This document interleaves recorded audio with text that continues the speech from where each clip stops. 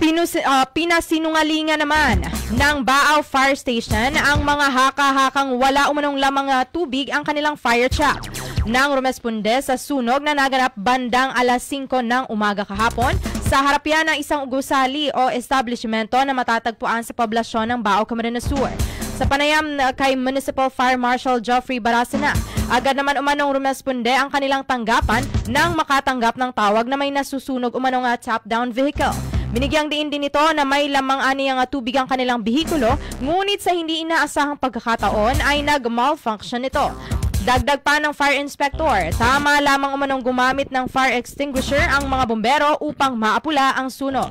Pakinggan natin ang bahagian ng panayam kay Inspector Geoffrey Barasana. Ang fire truck engine number 1 nagduman pero pinakakuyan lang sa Bilbil na nag-malfunction itong PTO, itong paluwas ng tubig. Kaya siguro na nunutaran kami, nakanakulkan mga birgismis na mga yung tubig. Pero ang katotohanan talaga, nag-malfunction.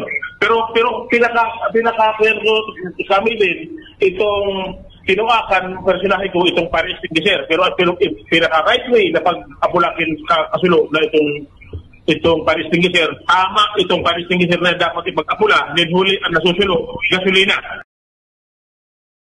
Aniya, lalo lamang umanong kakalat o lalaki ang sunog kung mismong tubig ang gagamitin. Kaugnay nito, nananawagan rin ang tanggapan sa publiko, partikular na sa mga residente na tumawag muna sa kanilang hotline number bago gumawa ng ibang aksyon na anilay maaaring makapagpaantala ng kanilang operasyon.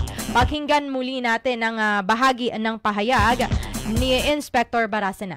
Kung tumigwaman po kamo sa inyong mga pagtarain, mga neighboring residents na nagkakasulo, kung mapupwede po ang mga puno ng sendong mag-apog muna sa line number niya bago mag-line Facebook. Sa minsan po, iyo po ang constant pag-delay, pag-respondi niya na para po na maglalong madelay. Ngunit matatandaan din na nahuli sa isang Facebook live stream ang insidente kung saan umani ito ng mga reaksyon galing sa mga local netizens. Samantala, pinaniniwala ang gas leak ang sanhi ng sunog.